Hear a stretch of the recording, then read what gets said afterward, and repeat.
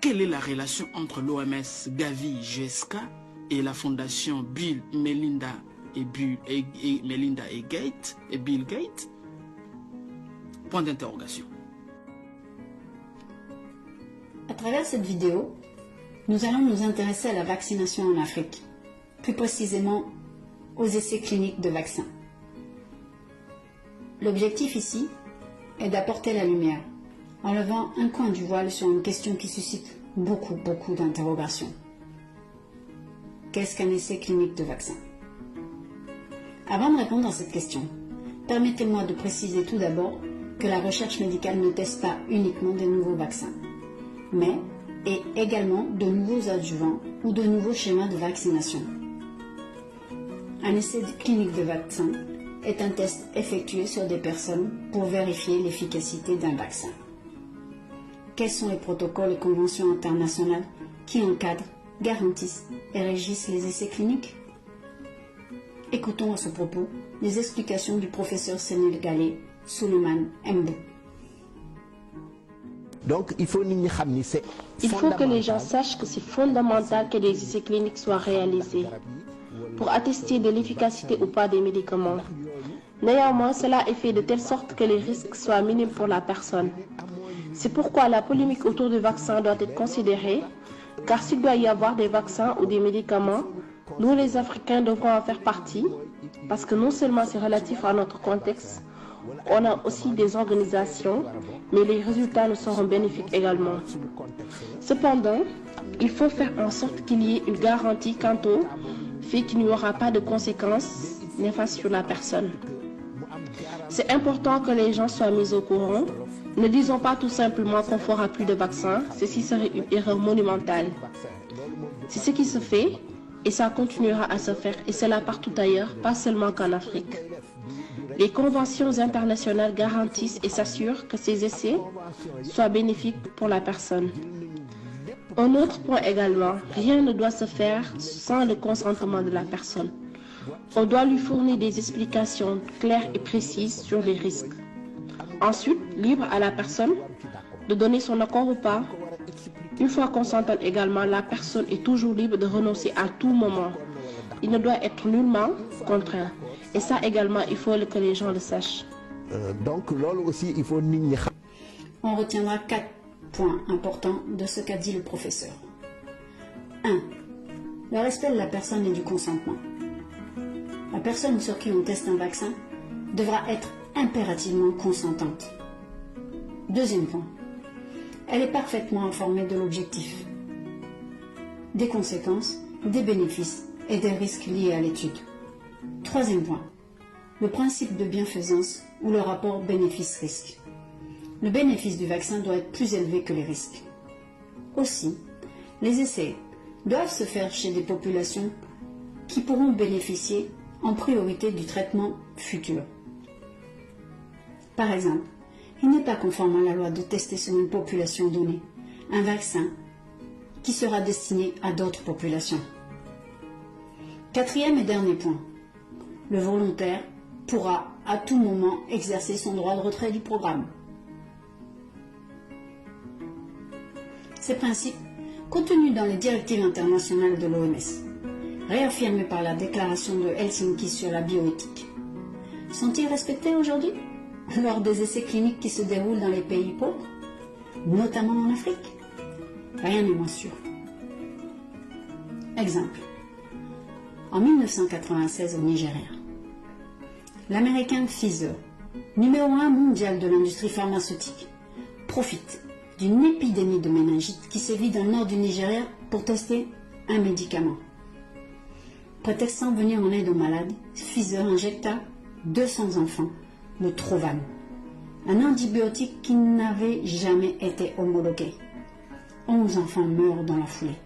Des dizaines d'autres deviennent aveugles, sont atteints de paralysie ou encore de lésions cérébrales extrêmement graves.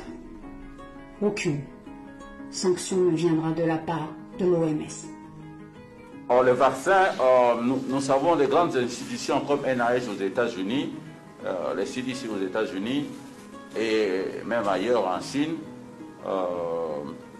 J'ai un ami qui est au Canada. bon, vraiment, ils focalisent sur le vaccin. Il y aura déjà des essais. Je crois au mois de mai, on commencera déjà à faire des essais.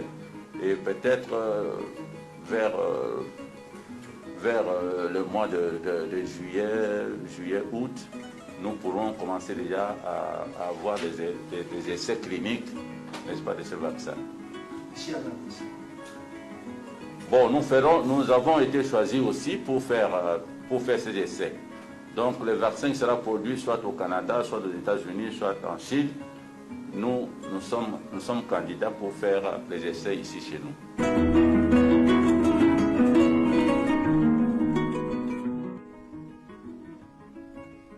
Aujourd'hui, en 2020, le vaccin antipaludique pourrait sauver la vie de milliers d'enfants. Ces mots ont été prononcés le 23 avril 2019 par Adhanom Ghebreyesus, directeur général de l'OMS.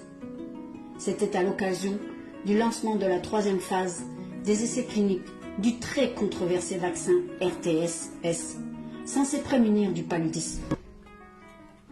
Le programme devait concerner 360 000 enfants âgés de 5 à 17 mois, répartis dans 3 pays d'Afrique, le Malawi, le Kenya et le Ghana. Notons au passage que c'est le Nigeria qui faisait partie du programme s'est retiré. Ceci est l'un des plus grands essais cliniques à grande échelle jamais réalisés. Notez également que c'est l'OMS elle-même qui assure la coordination de ces essais. Le financement du programme est assuré par l'Alliance Gavi, Alliance mondiale pour les vaccins et l'immunisation, la Fondation Bill et Melinda Gates et la firme pharmaceutique britannique GlaxoSmithKline, alias GSK. Ce vaccin a un taux d'efficacité de à peine 36% la première année et qui retombe rapidement à moins de 2% au bout des 12 premiers mois. Pire, ce vaccin a causé des dommages extrêmement graves chez beaucoup d'enfants. Le docteur Jérôme Munongi alerte depuis des années sur le dérive de ces essais de vaccins sponsorisés par Gavi, la Fondation Gates et GSK.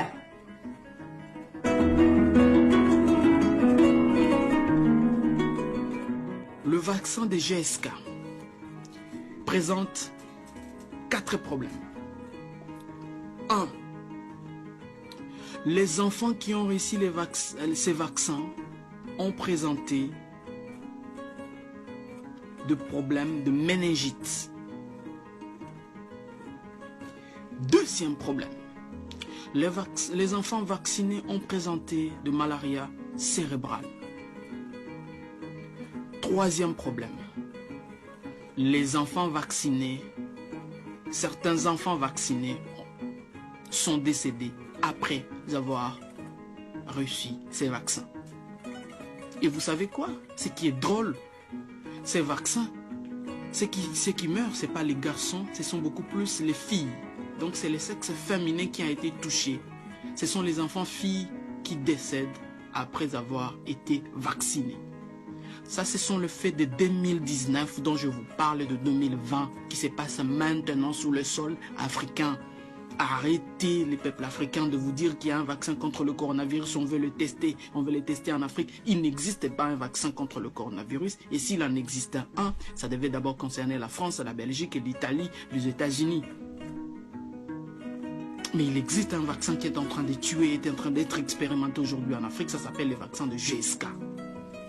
Alors, non seulement les parents n'ont pas été avertis que leurs enfants faisaient l'objet de recherches médicales, mais malgré les multiples cas graves de méningite et de paludisme cérébral qui se sont déclarés après l'injection du vaccin, l'OMS, en violation totale de ses propres directives et du protocole d'Helsinki sur la bioéthique, continue à couvrir ce programme.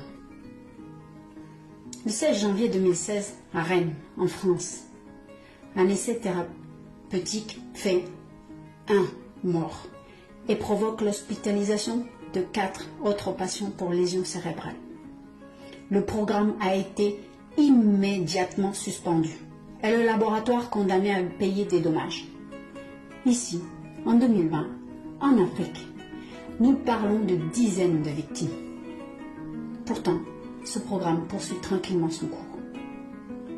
La recherche et le développement se passent essentiellement en Occident. La production ou la fabrication des médicaments se fait essentiellement en Asie, particulièrement en Chine et en Inde. Maintenant, l'Afrique est le marché de commercialisation et le marché d'expérimentation de la médecine. Les États et nos pouvoirs publics ne finançant pas la recherche, nos universités de plus en plus vont bénéficier des subventions des pays occidentaux pour pouvoir faire de la recherche. En Afrique, la maladie qui tue le plus, c'est le paludisme, mais pendant longtemps, la communauté internationale, ce qui l'intéressait, c'était la recherche sur le VIH-Sida. Pratiquement, nos pouvoirs publics, nos États ont plus ou moins abandonné le secteur de la santé. En Afrique, pendant longtemps, on a une logique ou une tendance de considérer le secteur de la santé comme un secteur de rentrée de fonds. Pensons que le moment est venu de réhabiliter nos universités africaines pour pouvoir prendre en charge la question de la recherche. Mais il faudra faire aussi de la recherche en essayant d'intégrer la pharmacopée africaine par rapport à la médecine.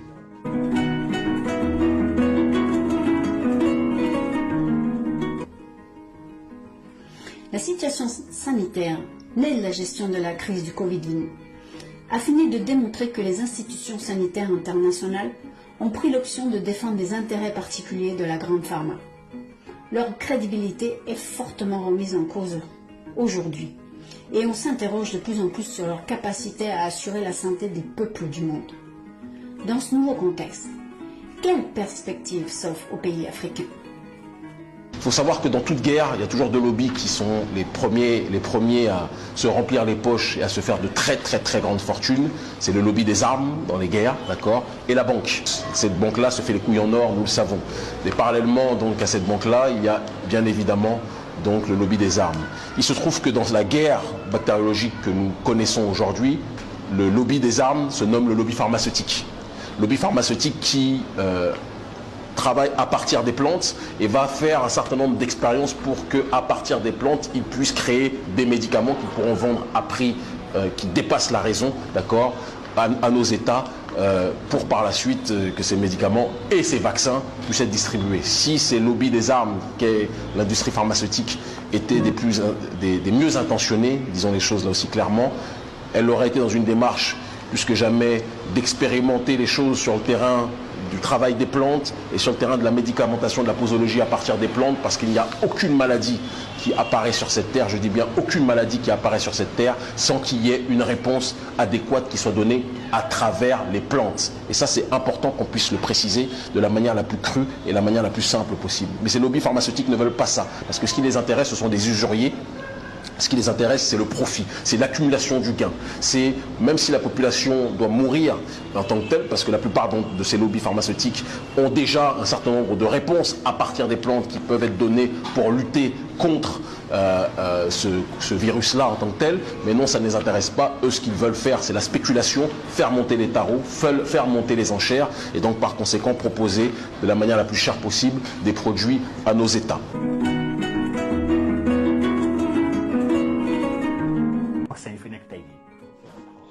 On doit faire une lecture critique sur des vaccins tels que la rougeole, tels que l'hépatite B, tous ces vaccins entre autres administrés aux enfants. Il y a des plans qui se cachent derrière ces vaccins. Et ceux qui connaissent le principe des vaccins savent qu'ils contiennent des antibiotiques, des stabilisants, des sels aluminium ainsi que des antigènes connus introduits. Ces sels aluminium sont très dangereux pour l'homme, ce qu'on appelle le syndrome GBS, qui détruit le cerveau et entraîne une paralysie. Ces vaccins sont donc plus vecteurs de maladies dans le monde, mais personne n'ose en parler. Même pour l'autisme, les chiffres pour le nombre d'enfants atteints d'autisme connaissent une croissance exponentielle, alors que personne n'ose faire de réflexion sur les vaccins administrés aux enfants. C'est quoi un autiste? Il s'agit des enfants qui connaissent des retards au niveau de leur faculté mentale, maladies qui réduisent leur capacité à communiquer, à interagir, c'est un développement de leur intelligence tardive. Ça commence à être très récurrent dans notre époque parce qu'il y a des vaccins rendus obligatoires à vacciner à tous les enfants. Mais pourquoi donc vaccine-t-on une personne qui n'est pas malade, surtout pour une maladie qui n'existe pas ici? Je vous donne un petit exemple. Prenons le tétanos. Même si on te vaccine contre cette maladie, c'est pas pour autant que tu es à l'abri de cette dernière. C'est-à-dire que tu peux pas avoir l'immunité, donc plusieurs rechutes sont possibles. Le tétanos